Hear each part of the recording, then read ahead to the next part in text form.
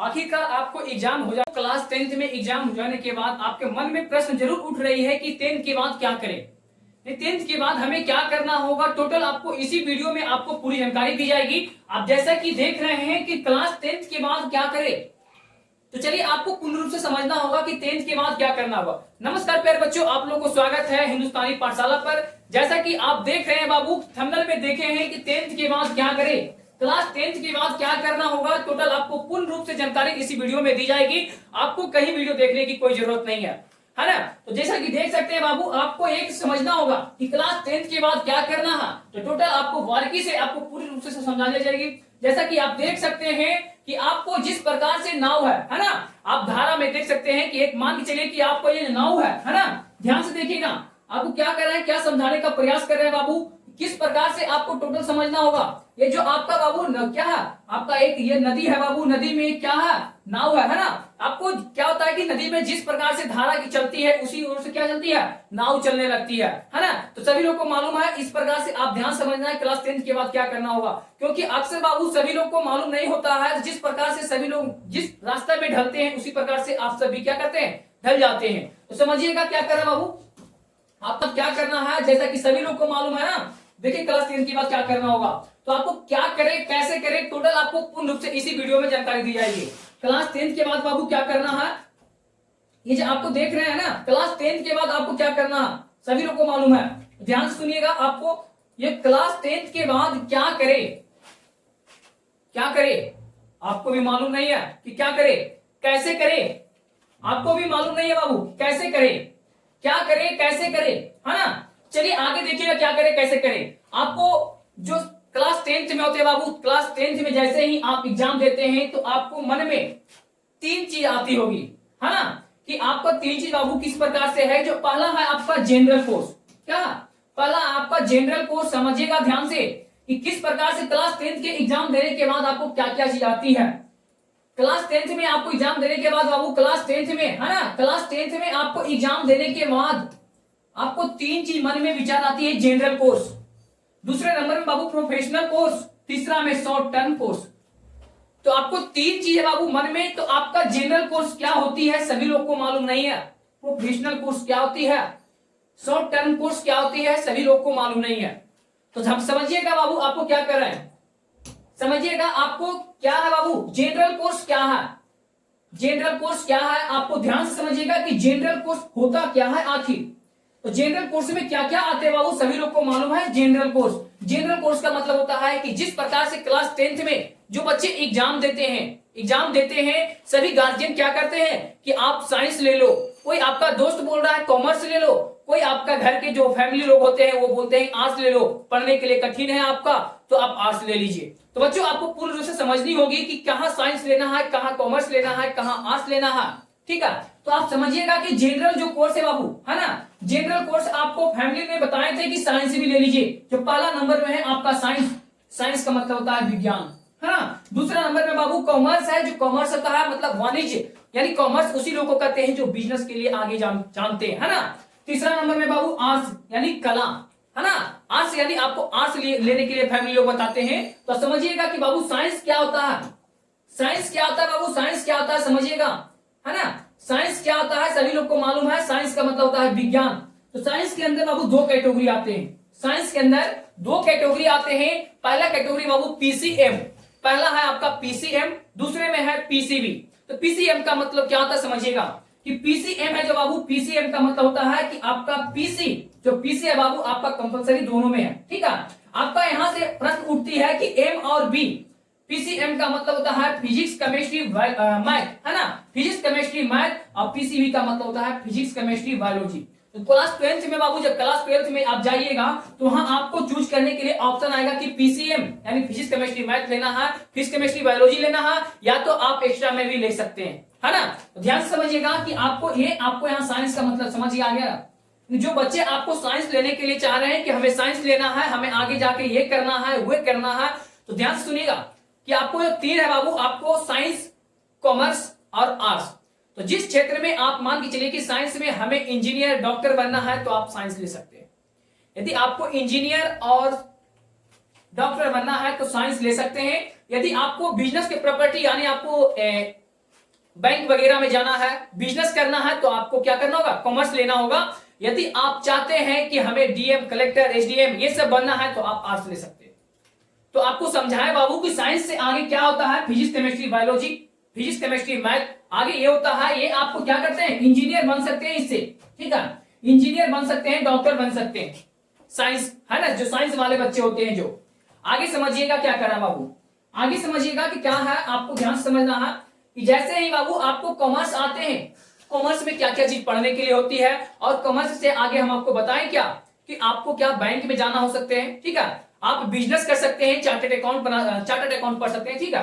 ध्यान से समझिएगा कॉमर्स का मतलब क्या होता है, फिजिक्स, केमिस्ट्री, मैथ, है ना, फिजिक्स, केमिस्ट्री, मैथ, यानी जो बच्चे मैथ ले सकते हैं वो एक्स्ट्रा में क्या कर सकते हैं, वो एक्स्ट्रा में बायोलॉजी ले सकते हैं, ठीक है। ये ध्यान रखना है, यदि आपको सिंगल लेना है कि फिजिक्स, केमिस्ट्री, मैथ लेना है, हमें इंजीनियर बनना है, हमें इंजीनियर बनना है, तो आप फिजिक्स, केमिस्ट्री क्या करें, मैथ ले। यदि जिनको चाहते हैं कि हम आपको क्या करना, डॉक्टर बनना है, तो पीसीबी है ना, फिजिक्स, केमिस्ट्री, बायोलॉजी लेना होगा। चलिए आगे समझिएगा, ये क्षेत्र बाबू आपको साइंस के लिए अच्छी क्षेत्र है, ठीक है, क्योंकि सभी लोग रास्ता बताते हैं बिहार वाले लोग कि साइंस ले लीजिए।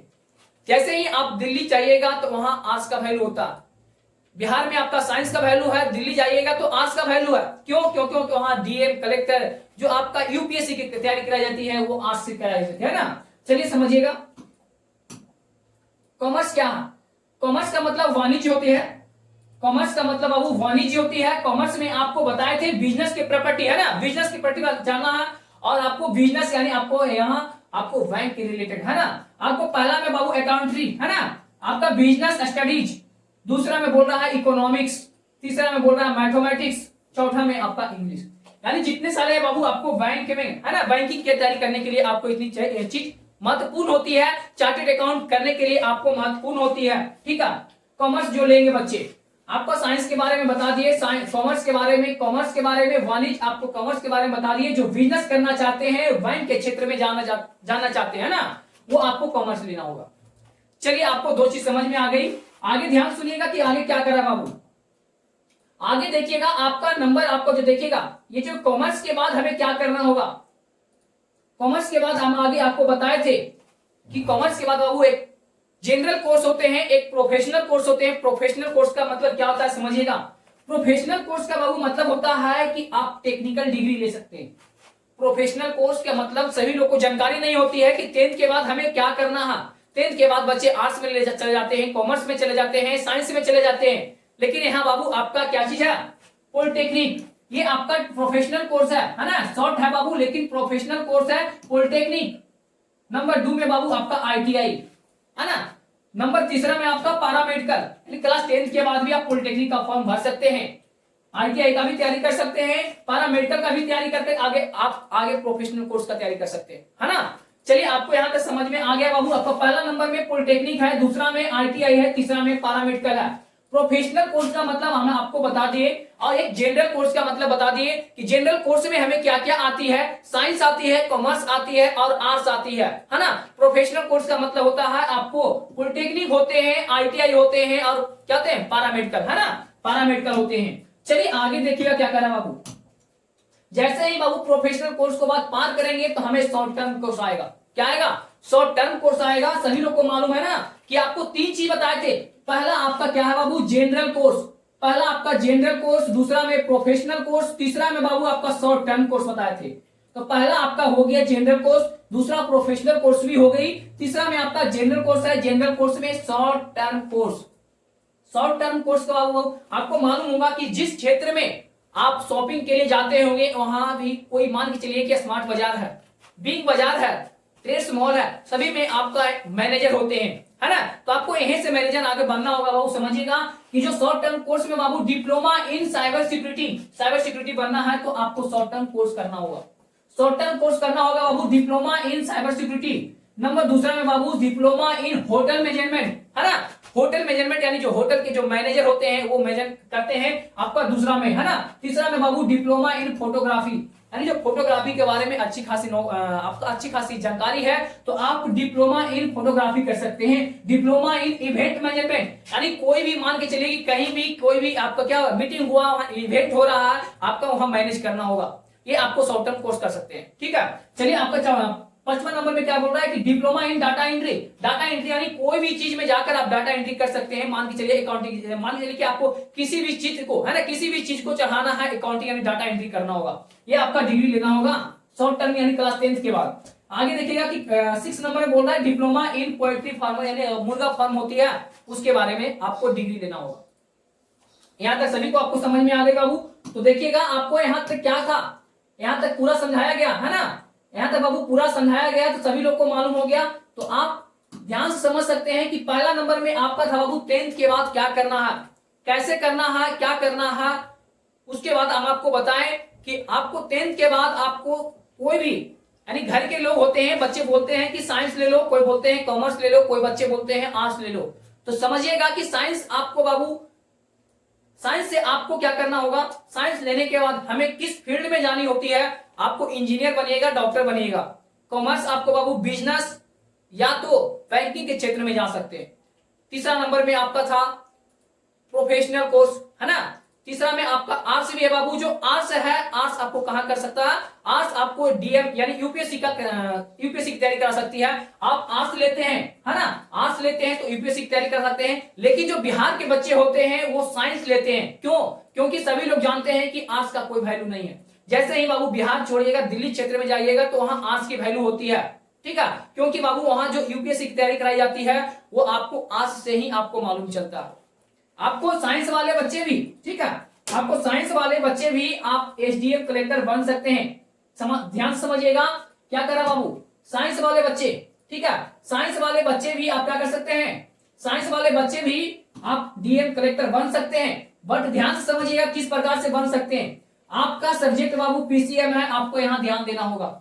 जो आर्ट्स के बच्चे होते हैं वो आप ना क्या करते हैं, वो आर्ट्स पर ध्यान देते हैं, इनका मेन फोकस होता है आर्ट्स, है ना। जितने सारे आर्ट्स में सब्जेक्ट होते हैं सभी चीज क्या होते हैं, आर्ट्स पढ़ते हैं। जितने रूप से आप बाबू साइंस के बाद आपको फिजिक्स केमिस्ट्री मैथ पढ़ना होगा, उसके बाद आर्ट्स के बारे में जानकारी लेनी होगी, ठीक है। तो आपको ये पूरे रूप से समझ में आई है, तो आप ध्यान से समझिएगा। जितने सारे बताए हुए हैं आपको उससे एक भी चीज आपको मन में डॉट नहीं होगी, ठीक है। यदि डॉट है बाबू तो कमेंट करके आप बता सकते हैं, किसी भी प्रश्न को पूछ सकते हैं, वहां आपको रिप्लाई जरूर मिलेगी। तो आपको इस चैनल को सब्सक्राइब कर लीजिए और चैनल को क्या करना, शेयर कर लीजिए। सभी लोग को मालूम है बाबू आपको यहाँ क्या करा, ध्यान सुनिएगा, ऊपर में लिखा हुआ बाबू जो क्लास 9th और 10th, क्लास 9th और 10th है बाबू, है ना।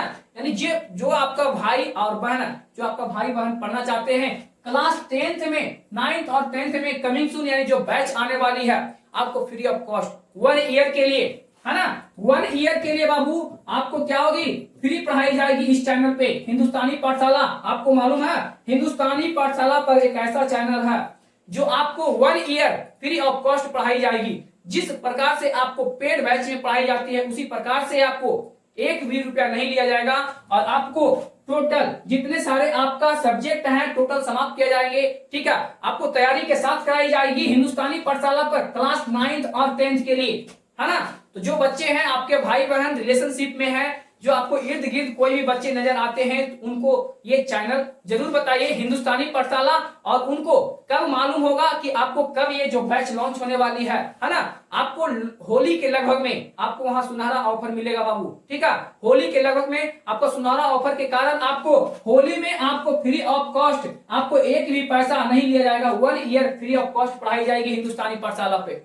तो चलिए बच्चों, आपके लिए इतना सारे करते हैं तो आप इस चैनल को सब्सक्राइब कर लीजिए और बेल आइकन को प्रेस कर लीजिए, और इस बच्चे को जितने से ज्यादा हो सकते हैं हिंदुस्तानी पाठशाला को क्या करना, शेयर करना है।